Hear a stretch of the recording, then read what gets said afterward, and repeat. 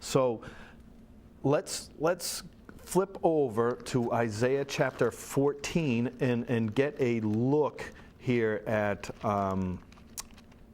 our protagonist, Lucifer, or Satan. This is the only place where the name Lucifer appears in the Bible. And it says here in Isaiah 14, verse 12, it says, "How you are fallen from heaven, O Lucifer, son of the morning. How you are cut down to the ground, you who weaken the nations." So this entity, known as Satan and the devil, he is the reason for the weakening of the nations. And it deserves to be studied out fully, but that's not our purpose today. It says, now back to verse 13, "For you have said in your heart," now these are the 5 I wills of Satan. This is what caused him to fall. He said, "I will ascend into heaven. I will exalt my throne above the stars of God. I will also sit on the mount of the congregation on the farthest sides of the north. I will ascend above the heights of the clouds, and I will be like the Most High." And it says, and then God responds here and he says, "Yet you shall be brought down to Sheol," that's the grave, "and down to the lowest parts of the pit. Those who see you will gaze at you and consider you, saying, 'Is this the man?'" Now, whoops, what do you mean man? I thought we were talking about an angel right here.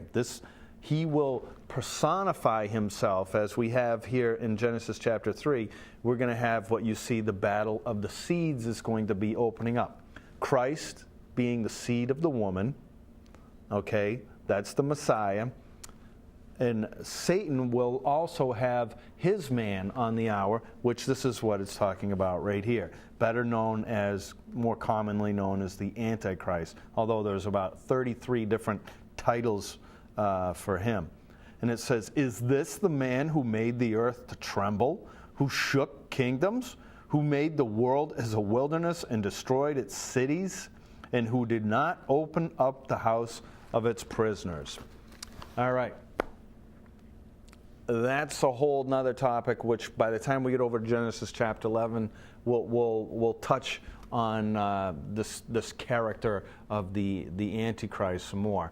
But right now, also some people I'm sure might be thinking, and I hear it, that if we don't understand the implications that we have with who we're dealing with here, consider the words of Jesus. Jesus addressed and was tempted by the devil for 40 days. After he was baptized by John the Baptist, he goes out in the wilderness to be tempted by the devil for 40 days.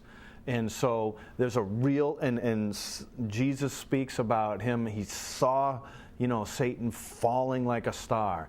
And so if Jesus affirms that there is a devil, and there is, then we need to take special close attention to what's going on here in Genesis chapter 3.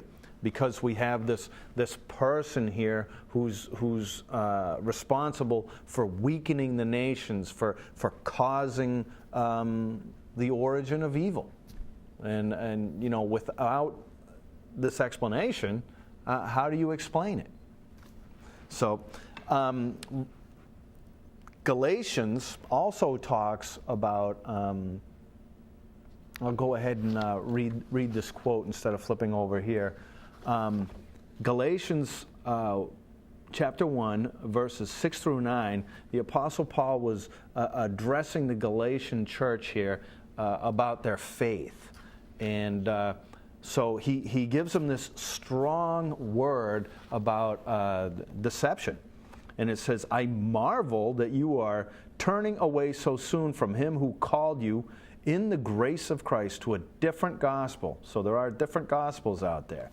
And it says, "which is not another, but there are some who trouble you and want to pervert the gospel of Christ." You remember in the last couple episodes we talked about perversion. Perversion means to change from its original intent. And it says, "But if we or an angel from heaven preach any other gospel, to you than that which has been preached to you, let him be accursed. In the Greek, that is the strongest condemnation the Apostle Paul is giving to anybody who preaches another gospel. And there is a lot of different gospels out there today.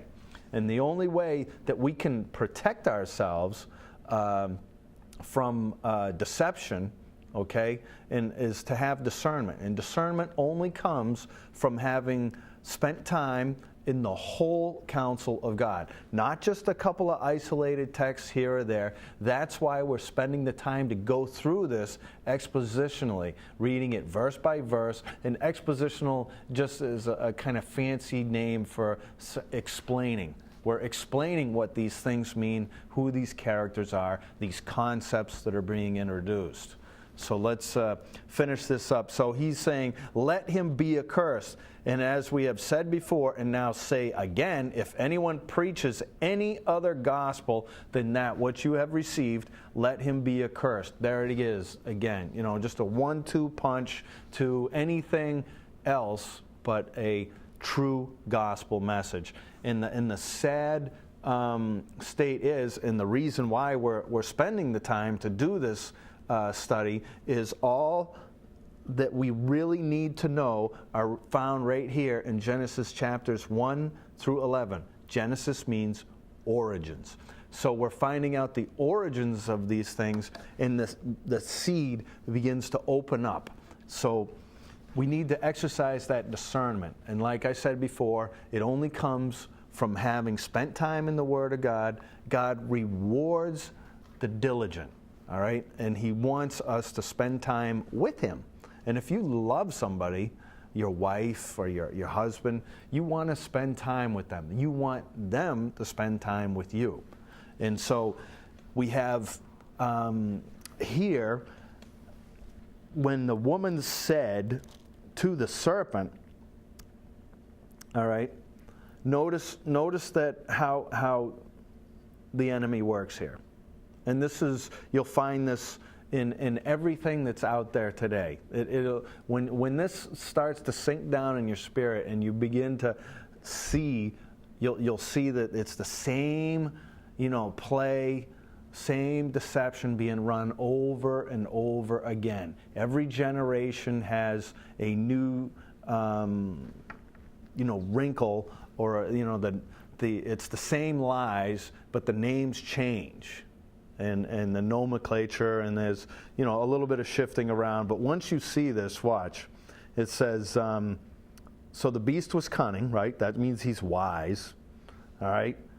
And it states that he was made.